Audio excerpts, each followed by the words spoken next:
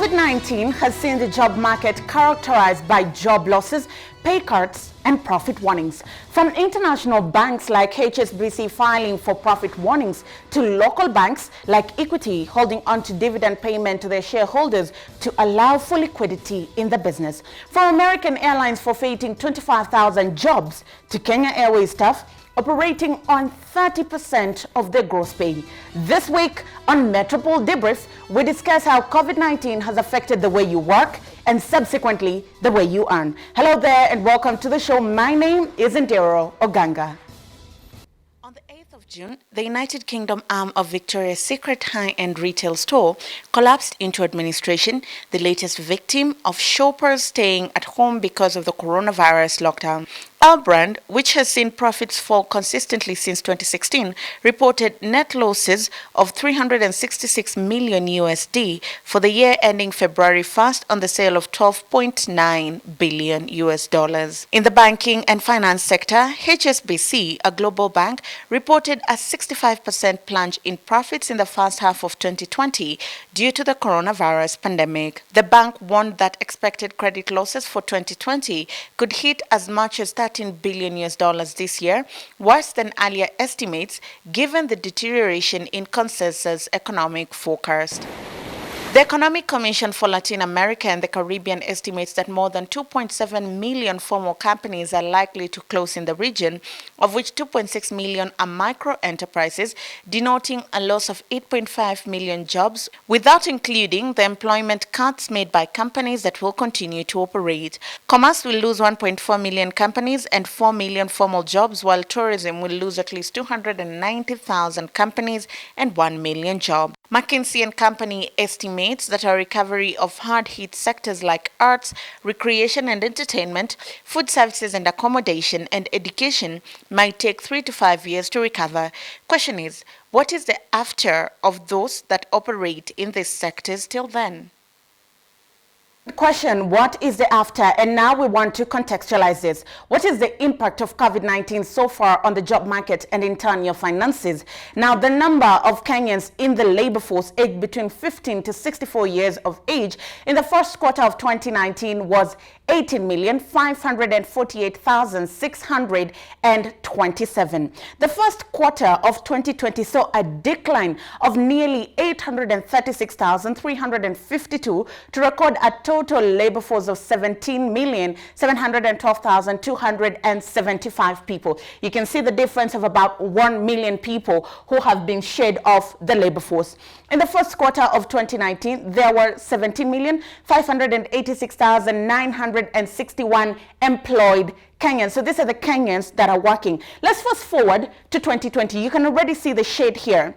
The first quarter of 2020, approximately 1 million jobs, 716,604 people have been rendered jobless, with the total number of employed people standing at 15,870,357.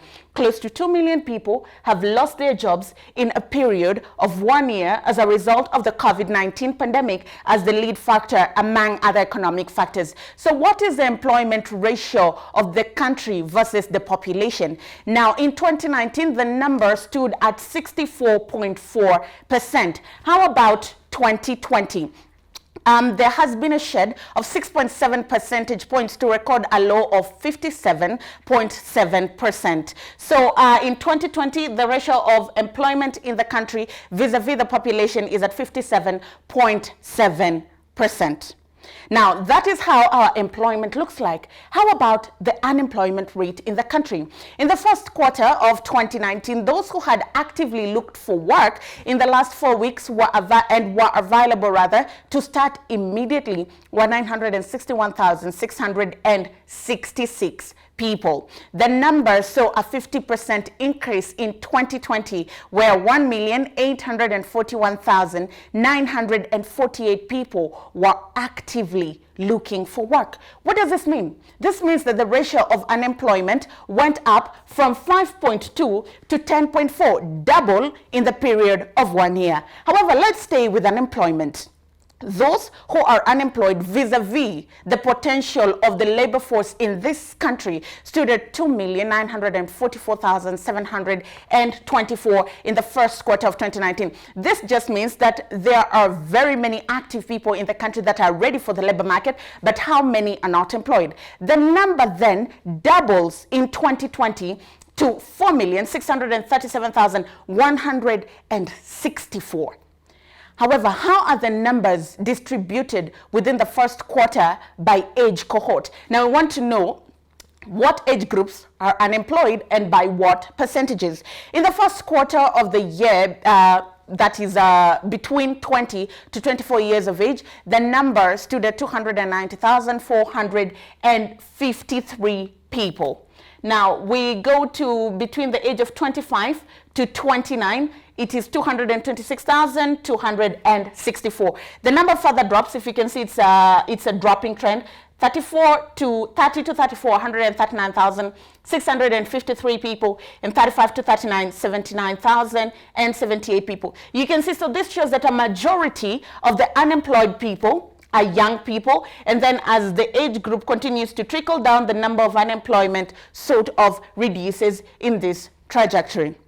In the second quarter of 2020, remember the first quarter was January to about April, so COVID-19 hadn't per se landed in Africa and the impact wasn't being felt. However, in March, we confirmed our first COVID-19 case. So how did that affect the second quarter of the year? Between age 20 to 24 in the second quarter of the year, the number stood at 544,414. First quarter 290, second quarter 544. That is a near double. Now, in the age bracket of 20 to 29, the number nearly triples to 614,052 people. Here in the first quarter, remember, we were at 226,000, and in the second quarter we've hit 614,000. Further down, when we go to 30 to 34 years of age, the number drops, as we've seen, to 189,074. Remember, these are numbers for the second quarter of the year, and we are contrasting them with the first quarter. So the second quarter of 2020, we are at 189,074 people who are unemployed in the age bracket of 30 to 34.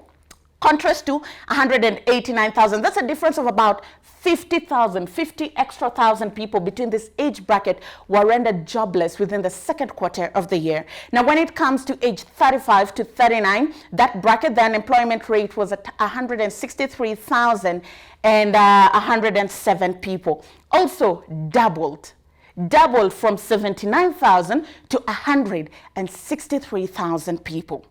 These numbers are a reflection of the impact of the virus, among other factors that have had an effect on the job market. So what is the trickle-down effect of these numbers? In a survey done by Standard Chartered Bank dubbed How COVID-19 Changed the Way You Earn, 35% of the respondents reported to have seen an income drop. Now, these are the numbers for the second quarter. We've moved on to how COVID-19 has changed the way you work, and the research shows that in the first, out of all the respondents that were spoken to, 35% said that they'd witnessed an income drop.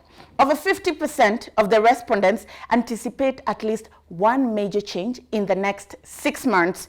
Now, these ones anticipate they might lose their job, they might take a pay cut, they might be asked to take leave without pay. They do not know what the fate of their job security is. Now, of this, 44% expect reduced hours of work.